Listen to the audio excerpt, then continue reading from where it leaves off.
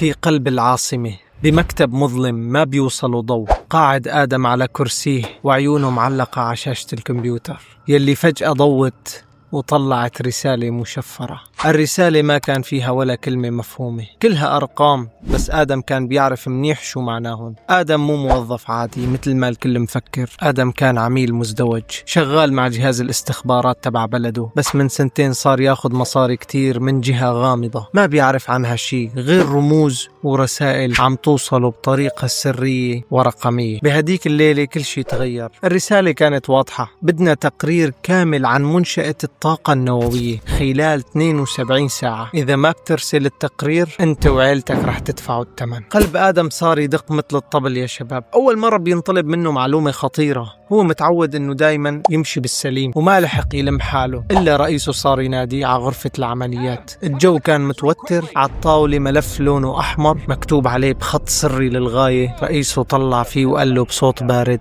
في خرق أمني خطير، في حدا عم يسرب أسرارنا لجهة معادية، والمصيبة إنه شكنا صار محصور بحدا من جواتنا. آدم حاول يبين هادي، بس حس حاله الخناق عم يضيق حوالي رقبته. رجع على بيته تعبان وعرقان، طول الليل ما قدر يغمض عيونه، قاعد عم يفكر: يا بيسلم المعلومات وبينقذ حاله وعيلته، يا بيرفض وبينتهي يا مقتول يا مسجون. تاني يوم الصبح أخذ قرار يروح على الأرشيف السري، وهنيك شاف شي ما كان بالحسبان. في شخص تاني من جهاز الاستخبارات معه بنفس الفريق كمان عم يتجسس وعم يستلم أوامر من نفس الجهة الغامضة. هون عرف آدم إنه مو حاله بهي اللعبة، وإنه الخطر أكبر بكتير من يلي كان فكره. رجع آدم مسرع، راح على رئيسه وقال له كل شيء، حكى له من الصفر للنهاية شو صار معه، وحكى له عن الجهة الغامضة وعن الرسائل وعن التهديدات يلي كانت تجي. رئيسه ما عصب، بس طلع فيه من فوق لتحت وقال له: يمكن هاي فرصتنا الوحيدة لنوقع الشبكة كلها. واتفقوا على خطة مجنونة. آدم رح يكمل دوره كعميل مزدوج ويبعث رسائل مزيفة ومعلومات مزيفة لحتى يقدروا يمسكوا رؤوس الشبكة. وهون بلشت أخطر لعبة بحياته. كل رسالة كان يبعثها كان يحس إنه روحه معلقة بشعره لتكشفوا هي المنظمة الخطيرة وتنتقم من عيلته. وبعد أسبوعين من هاللعبة الخطيرة اجى أخيرا المسج يلي قلب الموازين: بدنا نشوفك الليلة لحالك. راح على المكان المحدد، شارع ضيق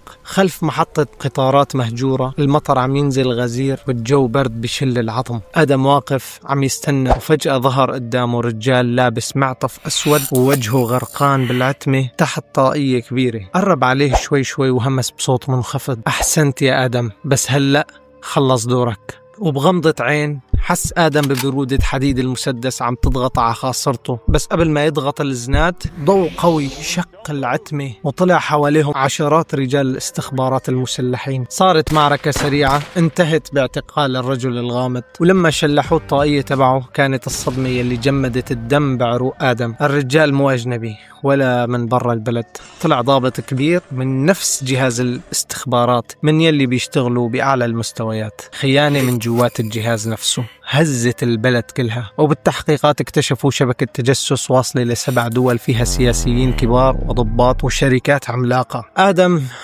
للأسف آدم بعد العملية اختفى كأنه ما كان موجود، لا حدا بيعرف وين راح. في ناس بيقولوا انقتل، وفي ناس بيحلفوا انه هو عايش بهوية جديدة بدولة مختلفة، ويمكن لسه عم يشتغل بعالم الجاسوسية بس هالمرة مع طرف جديد. بس الشيء الوحيد المؤكد انه عالم الجواسيس ما بيرحم حدا. بس يا شباب هذا كان كل شيء عنا لليوم. هاي القصة يا شباب مستوحاة من هذا الكتاب، تقروا هذا الكتاب وتعطوني رأيكم كمان فيه. هي قصة بسيطة هيك حبيت أعمل لكم إياها، آسف على الانقطاع. فمثل ما أنتم شايفين يعني سويت لكم أفضل ديكور في العالم.